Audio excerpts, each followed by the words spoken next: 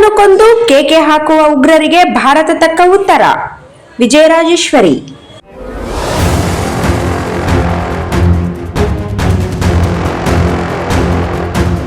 ಮಧ್ಯರಾತ್ರಿ ಓಪಿಕೆ ಸುತ್ತ ಉಗ್ರರು ಮಾಡಿಕೊಂಡ ನೆಲೆಗಳ ಮೇಲೆ ಭಾರತ ನಡೆಸಿದ ವಾಯುದಾಳಿ ನಿರೀಕ್ಷಿತ ದಾಳಿ ಎಂದು ಭಾರತೀಯ ಜನತಾ ಪಕ್ಷದ ರಾಯಚೂರು ಜಿಲ್ಲಾ ಮಹಿಳಾ ಘಟಕದ ಮುಖಂಡರಾದ ವಿಜಯರಾಜೇಶ್ವರಿ ತಿಳಿಸಿದ್ದಾರೆ. ಭಾರತದ ಅಮಾಯಕರ ಜೀವ ತೆಗೆದಿದ್ದಕ್ಕೆ ಪ್ರತೀಕಾರ ತೀರಿಸಿಕೊಳ್ಳುವುದಾಗಿ ಪ್ರಧಾನಿ ದೇಶದ ಜನತೆಗೆ ಕೊಟ್ಟ ಮಾತು ಉಳಿಸಿಕೊಂಡಿದ್ದಾರೆ.